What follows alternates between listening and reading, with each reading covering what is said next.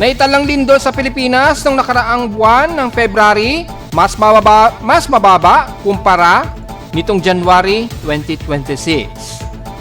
Unang araw ng Marso, inaasahan pa rin ang maulan sa ilang bahagi ng Mindanao maging sa bahagi ng Eastern Visayas. Nalalabi ng Luzon, magiging mas maulap at mga isolated lamang na tsansa ng pag-ulan. Hot humid na panahon, inaasahang nararamdaman na sa ilang bahagi ng NCR at ilang bahagi ng Southern Luzon dahil sa umiiral na easterlies. Posibleng shallow na low pressure area maaaring matanaw sa timog silangan ng Mindanao this week. Magiging aktibong low pressure ba ito? Alamin.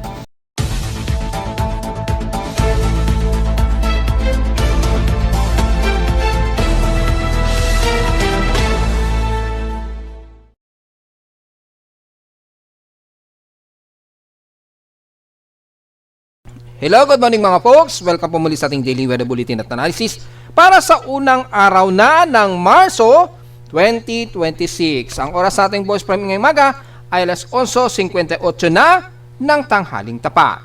Unang araw na po ng March, so inaasahan na po natin na anumang araw mula ngayong linggong ito or maaaring sa ikalawang linggo na po ng susunod na linggo ay inaasahan na natin i-declare ng ni Pag-asa yan ng mas maaga ng pagtatapos ng onset ng amihan. At yung pagdedeklara rin ng hot dry season, inaasahan na rin natin na posibleng agahan yan ni Pag-asa base na lamang sa obserbasyon natin sa ating satellite imagery na patuloy na pong umiiral ang ating easterlies. Inaantay na lamang ni Pag-asa na totally mawawala yung binabantay nilang frontal system sa extreme north Luzon o yung tinatawag pa rin nilang amihan o northeast monsoon, although nasa bandang Taiwan na lamang yung boundary nito, ay totally mawala na para totally officially na nilang i-declare yan. Pero sa ating analysis, maaring simula pa lamang po ito ng pagpasok ng ating hot dry season. Totally hindi pa kasi ganun kataas ang ating temperatura. Hindi pa siya pumapalo ng hanggang 34 degrees Celsius. Kahapon kasi halos 33 degrees Celsius na po ang pinaka-highest temperature na itala dito sa amin sa Caloocan. So anytime posible na nga po na mapaaga ang deklarasyon ng ating hot dry season na. So since wala naman tayo masyadong na-detect dito sa may bandang Doppler radar section natin, walang kaanong mataas na water vapor. Yan, karamihan ay gloomy at maulap lamang na panahon. So expected natin ang bahagyang mataas na ating air quality anytime. So, sa ngayon medyo magandang air quality pero tataas-taas po yan dahil sa loob na nga po ng 1 month ay nag-maintain po sa halos moderate ang ating air quality. So tingnan po natin yung summary po ng ating air quality para malaman nyo po dahil sa pag-iral na po ng thermal inversion. Mula pa noong nakarang linggo ay mapapansin natin in 7 days ay madalas moderate po ang pinakamarami o pinakamadalas na umiiral sa air quality. So kung titingnan natin dito, tumataas-taas po yung ating air quality, pumapalo pa rin ng more than 50. Yan, mga more than 50 micrograms. So in 7 days, yan, madalas moderate po ang ating air quality. Bumababa lang siya sa bandang gabi po o madaling araw. Pero sa umaga ay madalas tumataas na nagmo-moderate ang ating air quality. So sa loob ng isang buwan, kung titingnan natin, kadalasan ay moderate ang ating air quality. So mapapansin nyo po. Lalo na nitong pagpasok nga po ng February po, ay madalas nagmo-moderate na po tayo. Yan o, nagmo-moderate na po yung ating air quality. Lalo na nitong magkakatapusan na. So malinaw yan mga folks. Mapapansin natin, for 1 year, methods madalas ay moderate po ang ating air quality para malaman niyo po yung pinaka 1 year span. Yan. At mostly, typically in 1 month, madalas moderate po ang ating air quality niya. Lalo na nitong katapusan na dumadalas-dalas na po.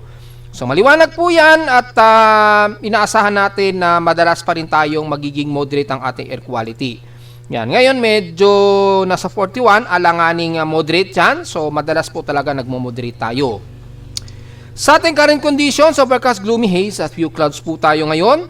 Yan, medyo nagkakaroon tayo ng hazy na paligid dahil nga po sa hindi nga po naaalpas ang ating air pollution. Nahaharangan po kasi sa itaas. So expected yan palagi mga folks.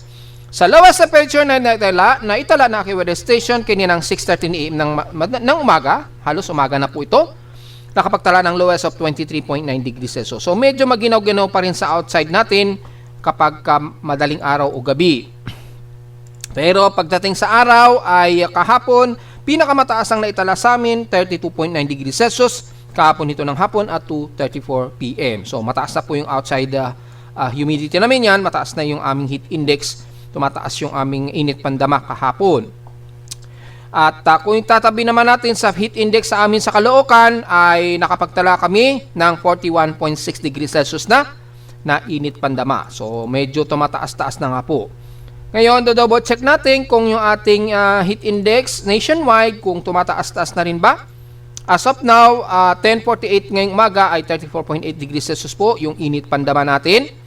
Yan, so kung titingnan ko dito sa forecast namin sa Caloocan, inaasahan na hanggang 39 degrees Celsius ang expectancy na highest heat index na maitatala sa amin sa Caloocan. So hindi pa ganoon kagrabe ang heat index. Mapapansin natin dito sa temperature and heat index or maging sa pinaka heat index forecast at temperature humidity, makikita nyo po ay halos mga around 40 to 41 degrees Celsius pa lang ang extreme na heat index sa amin.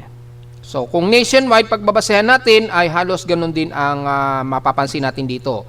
Double check natin sa Occidental Mindoro. Yan, mapapansin natin hindi pa ganun kagrabe ang taas ng kanilang heat index. Sa may bandang Cagayan Valley, double check natin kung tumataas na rin ba. Wala, mababa pa po. So, medyo ramdam pa nila yung lamig dyan ng amihan. Medyo nararamdaman pa nila, yan, mababa pa rin po. So, hindi pa natin talaga masasabi na ramdam ang totally na hot dry season natin. So, maliwanag yan mga folks.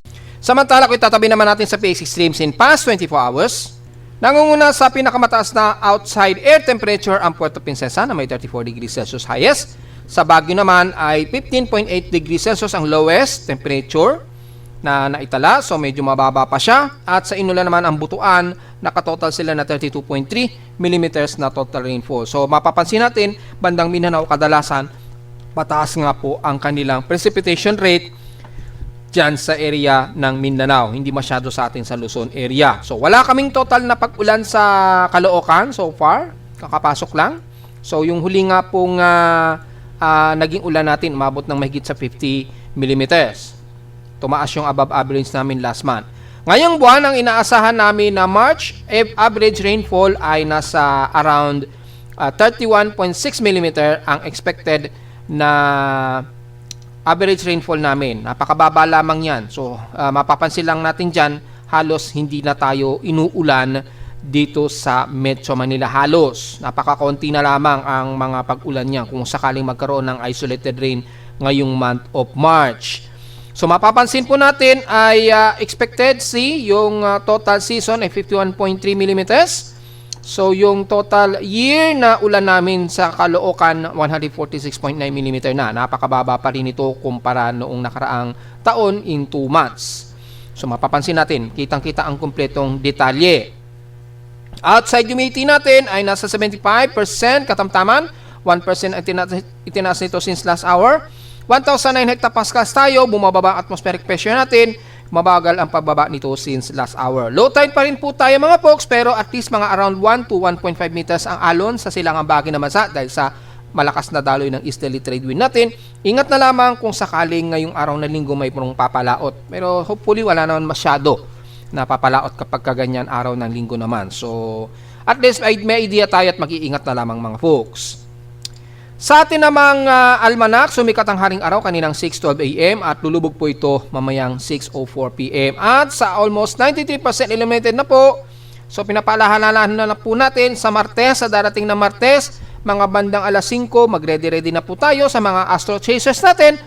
Pagdasal natin na sana maging clear skies po tayo para matanaw naman natin ng malinaw ang magiging total lunar eclipse na matatanaw natin sa darating na Martes ng gabi. So, yung ating moonrise and moonset muna, magmo-moonrise ito mamayang hapon pa at 4 or 4 p.m. At magmo-moonset naman ito kinabukasan na madaling araw at 5:06 a.m. So, ito po yung darating na total lunar eclipse. Makikita po natin sa Pilipinas yan. Ang pinaka-maximum lunicity po niyan, ang oras natin sa Pilipinas, 7:34 p.m. oras sa Pilipinas. Yan ang oras yan sa Pilipinas. So mga bandang alas 5, magsisimula na po yung pinaka-partial ng yung pinaka-outer na gray na yan ng Earth na tatakip dun sa buwan. Mag-starting yan mga bandang 6:13, mga around 5:30 to 6. And then bago mag 7:34 p.m. mga around 7, magkakaroon na po ng red color o magkakaroon na ng blood color yung paligid ng buwan. Magsisimula yan sa pinakamababa. Kung susundin natin yung tamang view direction, ito po yung maximum spot ito, para maintindihan natin kung ano yung bilog na yan. Ito yung pinaka-maximum focus ng cover ng shadow ng Earth sa Moon. Yan. So, ito po yung pinaka-most of red ng matatanaw natin sa buwan ng Moon sa Pilipinas, banda rito sa ibaba. Yan.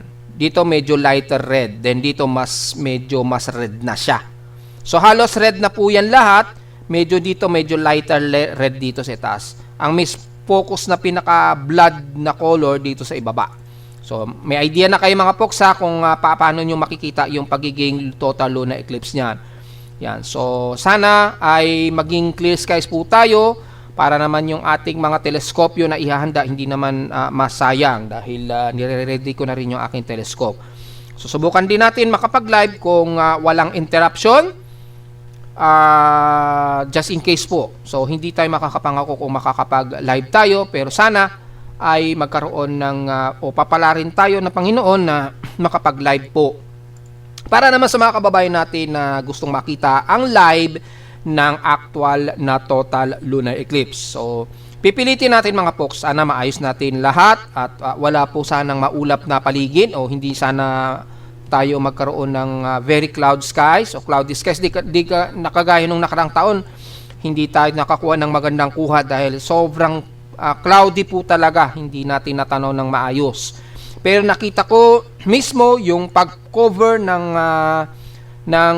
Earth sa buwan nung nakarang taon, na senyalis na napakaganda sana ng kuha. Kaso napaka-mostly cloudy talaga natin nung mga nakaraang taon na yan mga folks. So sa ating local weather outlook para ngayong linggo hanggang bukas na Lunes, asahan natin na partly tumusikaw di tayo sa maghapon. Yan, medyo may pagsikat ng araw kahit papano. Walang masyadong tsansa na pag-ulan, probably ay mababa lang ang tsansa sa amin sa Caloocan na kami ay ulanin o sa iba't ibang bahagi ng Metro Manila. Ganon din bukas ng Lunes, magiging partly cloudy to mostly cloudy ang ating halos maghapon po. Highest and lowest temperature expected maglalaro between 31 to 32 degrees Celsius and lowest temperature expected 23 to 24 degrees Celsius. So, diretso muna tayo sa ating ginagamit na satellite imagery. Makikita natin dito ang ilang kaulapan lamang ang umiiral sa bahagi po ng Nodo Luzon. Yan. Medyo moderate at mostly fairly weather naman sa bahagi ng extreme Nodo Luzon. So, wala tayong masyadong komento dyan sa buong extreme Nodo Luzon hanggang Central Luzon. Pero pagdating ng bandang Silangan, mga bandang Aurora region, pababa na yan ng bandang Camarines Norte, magiging mostly cloudy. Partly to mostly cloudy po tayo. So, hindi mawawala ang mga isolated rain showers sa hapon at localized thunderstorms. Sa Metro Manila, magiging very gloomy rin tayo. Ilang bahagi ng Calabarzon area, magiging mostly cloudy tayo sa halos maghapon po yan. Kitang-kita naman po sa satellite imagery ang makapal na kaulapan na ito. Yun, i-highlight lang natin. Ayan. So, mapapansin natin ay ilang bahagi ng Metro Manila at Calabarzon, magiging mas maulap tayo sa halos maghapon. Ganon din sa buong Southern Luzon area, kabilang na ang Bicol region. So, kung magkaroon man ng mga isolated rain showers, mga sandalian lang ito o halos light drizzle rain lamang. Wala tayong nakikitaan ng heavy rain potential sa buong Southern Luzon, maging sa Palawan area at Visayas area. Mostly cloudy ang kadalasan at mga minimal na mga isolated rain showers na mga light rain showers ang kadalasan na iiral dito sa bahagi nga po ng Eastern Samar at ilang bahagi ng Southern Leyte. Magkakaroon ng mga ilang moderate rain showers ang pagitan ng Southern Leyte or Guian Eastern Samar patawid ng bandang Dinagat Island sa northeastern Mindanao. The rest ng Central Visayas at western portion ng Visayas, mostly cloudy po ang kadalasan natin na may pagsikat ng araw, pasulpot-sulpot, so hot humid na panahon din ang aasahan natin sa maghapon ngayong araw. Sa Mindanao naman, mula sa bahagi nga po ng Caraga area, binanggit na natin ang bandang Dinagat Island sa magiging kalat-kalat ang mga pag-ulan na may pagkilat at pagkulog po tayo. At sa buong Northern Mindanao, magiging mas maulap din ang panahon natin at medyo may pagka-hot humid na panahon. At ilang bahagi nga po ng Zamboanga Peninsula.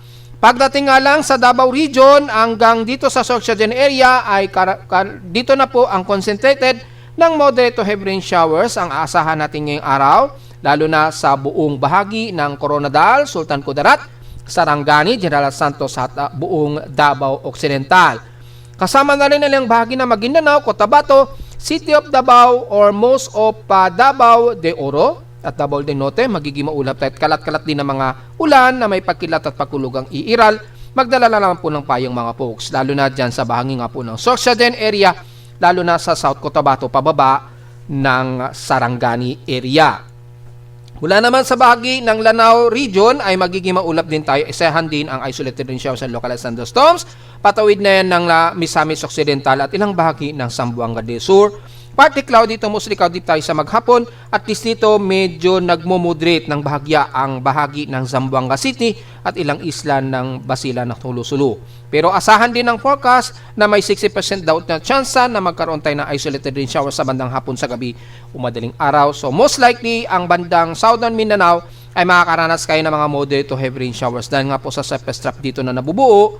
Yan. Mula sa bandang Southeastern Mindanao, nagkakaroon tayo ng mababang atmospheric pressure dyan. So, medyo magkakaroon ng medyo heavy trough ang paligid ng yan na magdadala ng malawakang ulan sa ilang bahagi ng Southern Mindanao. Hindi kagaya sa bandang Southern Luzon at Visayas, at least moderate ang ating panahon na may mga partly cloudy at maliitan ang sansa na pag-ulan, lalo na sa Central Visayas at Western sections ng Visayas. At sa Eastern Visayas, gaya na po ng sinabi natin, pagitan po yan ng Southern Leyte at southeastern part ng Samar region, patawid ng Dinagat Island, ay magkakaroon pa rin tayo ng mga ilang kalat-kalat na pag-ulan na may pagkidlat at pagkulog. So malinaw yan. So generally ay halos fairly weathered, moderate ang buong Luzon area. Magiging maulap lang tayo sa medyo malililang bahagi ng Calabarzon area. Yan. Dito sa may bandang Calabarzon area hanggang Bicol region area. So medyo hot humid na panahon ang medyo mararamdaman natin, medyo maalinsangan ng bahagya dahil po sa easterly. So meron ba tayong inaasahang tropical wave na mamataan? Well, kung pagbabasahan natin ang mga computer models at global spectral model, base din lang natin dito sa pinapakita natin sa ating simulations ng GFS at ilang bahagi po ng mga weather agencies, may tropical wave po na namamataan si GFS dito sa timog silangan po ng Mindanao. Ayan nga po, sa labas ng Philippine Area of Responsibility. Magkakaroon ng medyo shallow trough po na mabubuo. Dito nga po, medyo low pressure area nga po ang pinapakita dito. Medyo aggressive yung forecast sa GFS. Pero sa ngayon, less likely po itong magiging bagyo. Typically lamang dahil lamang sa mainit na temperatura sa dagat at easterlies o yung steering environment niya, malakas po yung steering niya. Nagkaroon lamang ng medyo Coriolis at pagbaba po ng atmospheric pressure. So most likely, kung sakaling mag-shallow trough lamang ito, asahan po ang mas maulang panahon sa bandang Visayas nitong unang linggo po ng March, base nito sa forecast ni GFS. Kung kay ECMWF naman natin pagbabasehan, medyo shallow trough din, pero halos surface trough lamang nakikitaan natin dito. Sa timog silangan ng Mindanao, nitong week na darating, itong unang linggo po ng March. So expected po ang mas maulang bahagi po ng Mindanao Ngayon pa lamang, madalas na kayong inuulan po ngayon. Nagkakaroon ng mga moderate to heavy rain showers dyan. So this week po na darating, expected po ganyan na mangyayari dahil medyo bumababa ang atmospheric pressure natin yan. Naglalaro between 1,006 hectopascals. Kung titingnan natin sa global spectral model, mapapansin natin nagkakaroon ng medyo Coriolis circulation dito, pero very shallow po siya. Halos papasok po ito ng Philippine Area of Responsibility. Yan, sa may bandang Palau siya. Ang forecast nito within March 3 to March 6, this first week ng March. So sa ngayon, medyo shallow lamang siya at yung kanyang atmospheric pressure, bumababa siya at least 1,008 to 1,006 hectopascals. Ayan o. Nagiging 1,006 hectopascals by March 4 to March 6 po yung forecast niyan. So hindi pa o wala pang kasiguruhan kung ito ay magiging aktibong low pressure area sa ngayon, pero ang malinaw lamang dito, bumababa po yung atmospheric pressure kasi dito sa area ng katimugan ng Mindanao. Kaya nagkakaroon tayo ng madalas na surface trap at mga malawakang pag-ulan sa bitawang bahagi ng Mindanao area. So this week po, medyo ready tayo kahit hindi man ito maging bagyo. Yung dalang ulan po ito ay posibleng magkakaroon ng malawakang pagbaha kabilang na sa City of Davao this week. Kung sakaling lumapit ito dito sa may bandang Palau po so yung pinaka-surface trap niya o yung pinaka-outer tropical wave niya ay mag-aabot yan sa bandang katimugan ng Mindanao na magbubunsod po ng matitinding pag-ulan po this week na darating. Kaya medyo paghandaan natin. Sa ngayon, hindi pa natin pwedeng makonsider ito na magiging tropical depression man lang o mas malakas pa. Tingnan natin sa pinaka-convergence kasi niya kung magiging mataas ang kanyang convectivity. Kung papansin natin kay convergence, halos shallow trough lamang din nakikitaan niya. Although mataas po yung kanyang convergence, ayan, kaya nagkakaroon tayo ng malawakang pag-ulan sa Mindanao ngayon, bumababa po atmospheric pressure niya, pero kung papansin natin yung kontrahangin o divergence, halos very unsettled siya o very disorganized po yung sirkulasyon niya. Although malakas po yung sirkulasyon dan at yung pinaka-vorticity, expected natin yan, medyo mataas ng konti. Ayan, medyo mataas siya ng konti. So, less likely na nakikitaan ito na magiging aktibong bagyo o aktibong low pressure area. Well, yung environmental steering niya, kung titingnan natin kung sufficient para mag-circulate siya ng mas malakas, halos alanganin po. Nagkakaroon ng resistance dito sa pagitan po ng Mindanao at Indonesian Peninsula. Nagkakaroon ng resistance, kaya medyo hirap magkaroon ng medyo pulidong Coriolis circulation po. Yan. Yung direction po ng hangin, dulot po ng easterlies, galing po dito. And then nagkakaroon ng bahagyang steering dito, kaya nagkakaroon ng circulation, kaya lang medyo may resistance. May bahagyang resistance po dahil may landmass po kasi dito. Nagkakaroon tuloy ng resistance para sa circulation niya. So nako-compress siya sa lakas ng easterlies, napipiga siya, kaya nagiging oval shape ang kanyang circulation. So nagkakaroon ng parang oval shape, hindi nagiging perfect yung kanyang pag-circulate, kaya less likely sa ngayon na ito ay magiging aktibong low pressure area. Medyo nahihirapan siya mag-circulate. Pero kung nandito yan sa may bandang Caroline Island or bandang dito sa may bandang Marshall Island na buo yan, mas posible pa itong maging aktibong low pressure area dahil malayo at maluwag po yung kanyang area sa karagatan. Hindi kagaya dito, halos alanganin na magkaroon siya ng magandang sirkulasyon dahil may resistance nga po dahil maraming mga isla dyan na nakapaligid, lalo na sa bandang Indonesian Peninsula. So, most likely, malawakang ulan lamang ang nakikitaan natin dito ayon na lamang sa forecast ng ECMWF. Mas agresibo nga lang ang forecast kay GFS, kaya makikita natin, bumababa na sa 1,004 hectopascals na halos tropical depression ang ipinapakita ni GFS dito. Pero kay ECMWF, halos tropical wave lamang po ang nakikitaan dito ni ECMWF. Ayan o. Kaya very less po o very less likely ito magiging tropical depression. Yan.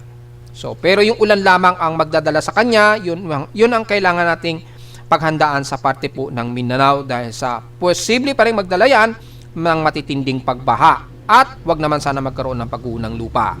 Samantala sa ulat lindol, well, mula kaninang madaling araw, mga bandang 1:30 ng madaling araw, nagkaroon ng malakas na lindol ha. Yan ha.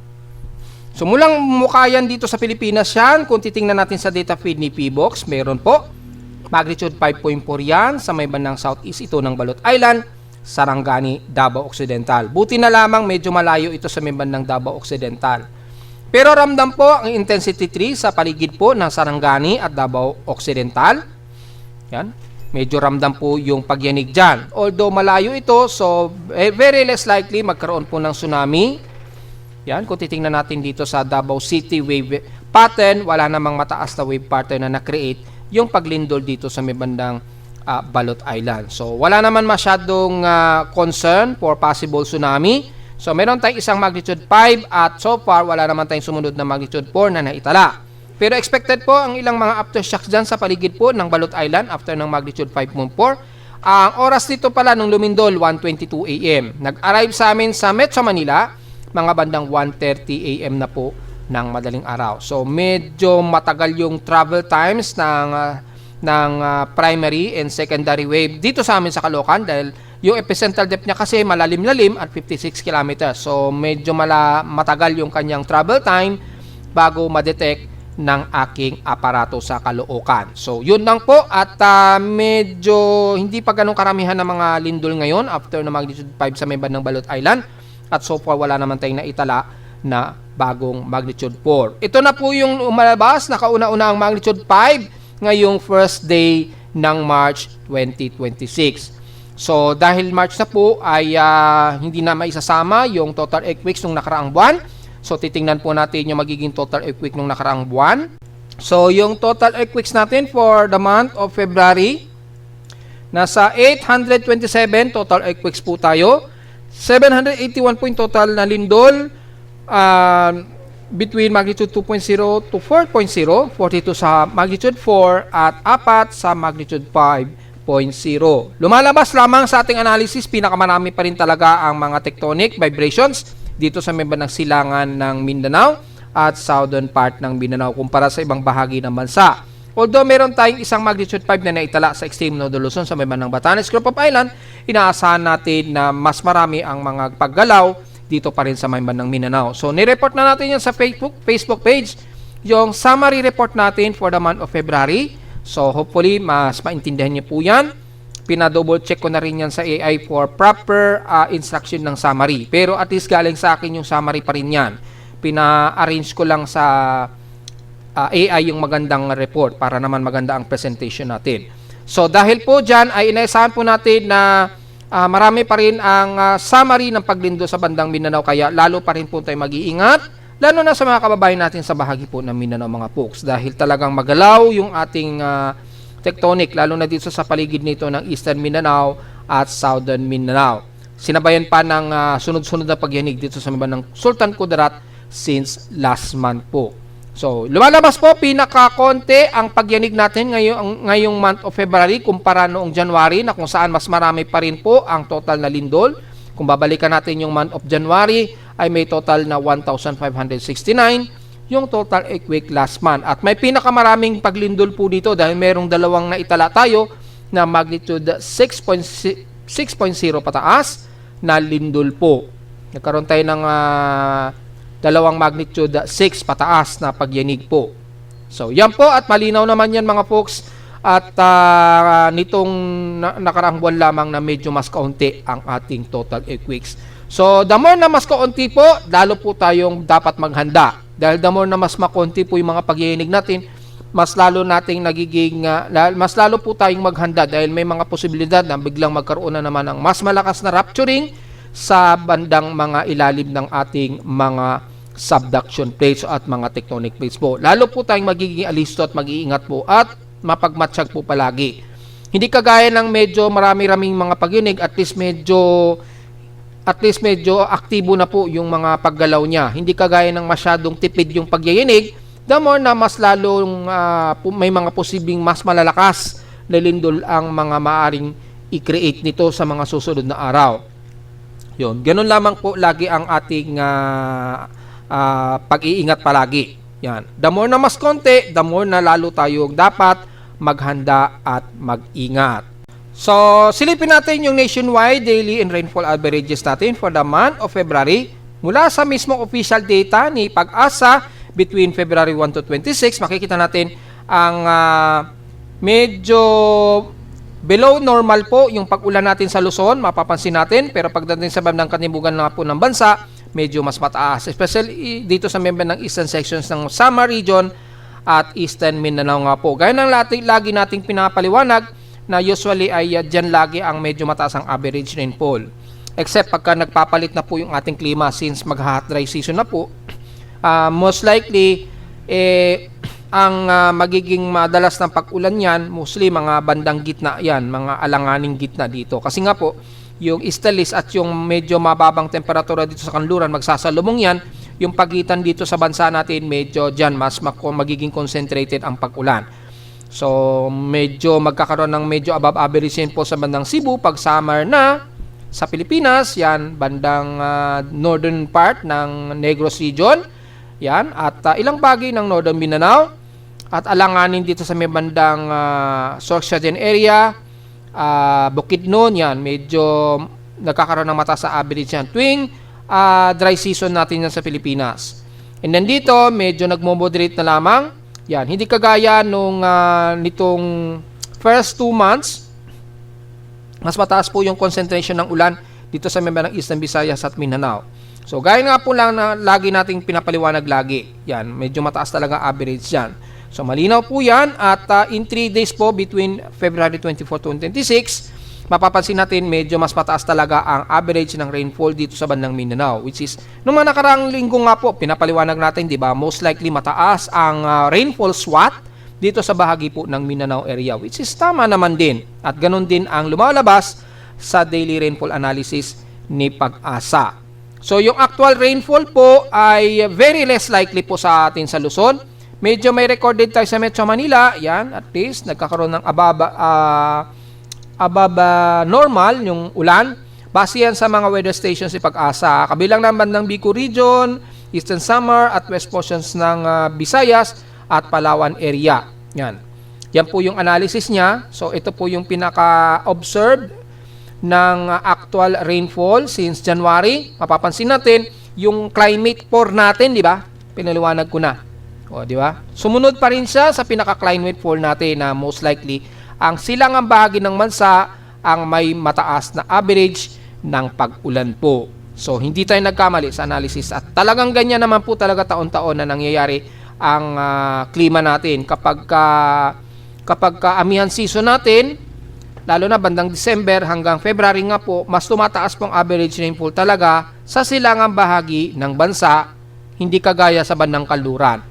At pagdating naman ng tuwing taghabagat, mapapansin nyo po, mas tumataas naman ang average rainfall natin o observed rainfall natin, bandang kanluran naman ang mataas kumpara sa silangang bahagi ng bansa. So at least, nakikita nyo na po yung ating paliwanag na nangyayari naman sa actual record ni Pag-asa. Mula naman kay NOAA, mapapansin natin ang mataas na above average rainfall daw since January, mapapansin natin ay bandang Northern Luzon po. Yan.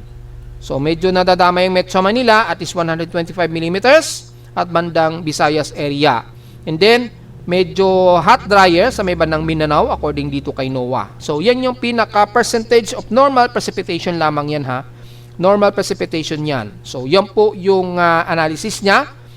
Pero magkaiba yan pag sinabi nating real-time o actual base sa mga measurement devices. So, ito yung kay Pag-asa. Kung actual devices, makikita nyo po yan dito. At yung pinaka-observed rainfall nila, yung normal talaga na ulan, yung actual na ulan. Base sa reading ng aparato, yan, makikita nyo yun dito sa biba ng actual observed rainfall ni Pag-asa. So, ganun din naman po sa atin at makikita namin dito sa amin sa Caloocan, very less likely po ang pag-ulan. Kaya nga po hanggang 51 mm lamang yung naging total rainfall namin, although medyo bahagyan tumaas kumpara noong nakaraang taon, pero very less likely pa rin talaga na magiging katulad yan dito na mas taas, na lumalagpas ng 300 to 400 o mahigit pa ang actual rainfall totals po niyan. So, yan po ang pinaka-explanation natin para at least meron tayong official mismo na comparison mula sa reading ni Pag-asa. At narito naman natin 3-day weather forecast para sa unang araw ng March 2026.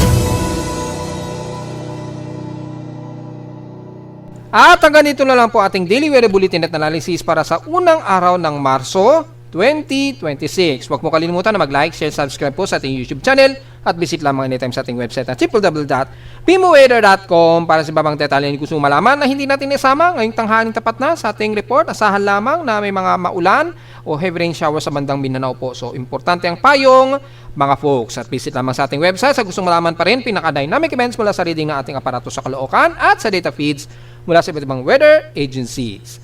Maraming salamat po mga folks at magandang araw po sa ating lahat.